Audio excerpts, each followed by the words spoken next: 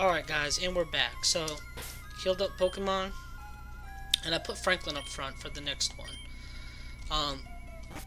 I put the next one kind of gives the reason as to why I put Ice Beam on Franklin for the most part. I also want to put Ice Beam on Franklin because that's typically something I try to do, you know. My water type Pokemon I typically use, I like to kind of give the Ice Beam move if I don't have an Ice type already on my team. So, we have Lance here, who is a Dragon type trainer.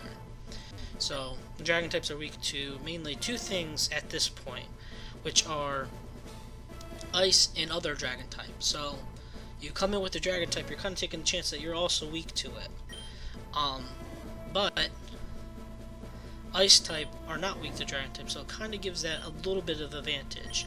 So, let's hope that it's enough for me to get the upper hand. I think I should have actually started with something other than Franklin now that I think about it, but I'm not looking into the team early on because I want to kind of get the actual experience of facing it without knowing. Yeah, I was right. Because I knew he had a Gyarados, but I didn't remember whether he started with it or not.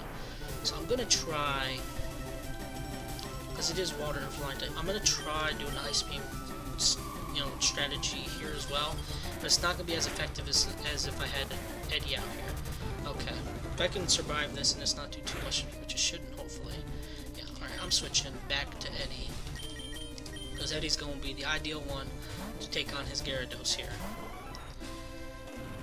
Okay. Hopefully Eddie can survive this, because I don't know how effective it will be on him. Okay, not too bad. Alright, Thunderbolt. Let's do that. Alright. And there we go. Alright. Now we're back on track here. Alright, he's going to go in with Dragonair. Now I'm going to switch back to Franklin because now I'm going to start using the Ice type advantage over his Dragon types here. So, Ice Beam. I'm hoping for freezes as well because I don't think I'm going to be able to one-hit it because I don't have stab bonus. But I'm hoping for freezes because it'll help make an easier chance of me doing it without getting hit back, because I don't want to really run that chance.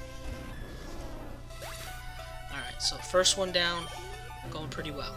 Alright, another Dragonair. I'm not gonna switch out, I'm gonna try to stick with it. Come on, I'm hoping for a freeze.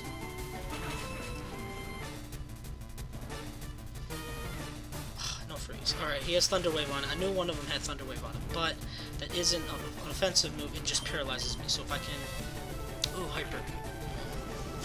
This may or may not be good. If I can survive this, it'll be good. If I can't, this is not bad. Okay.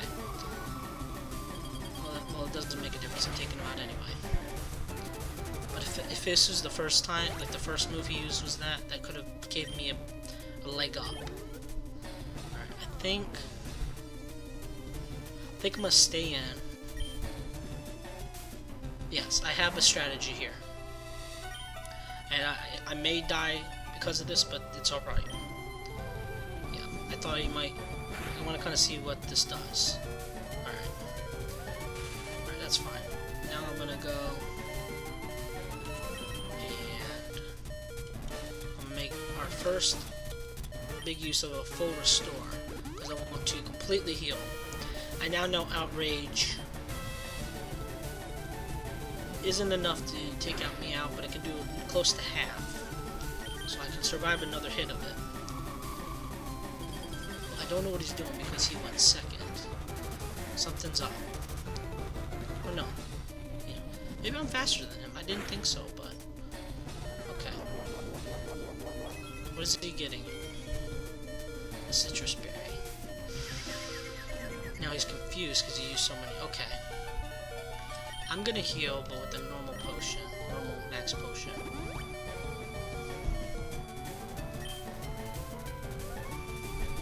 Hit yourself, hit yourself, hit yourself, hit yourself, hit yourself. Yes. Alright, good. Now I'm gonna go in for the kill with an Ice Beam.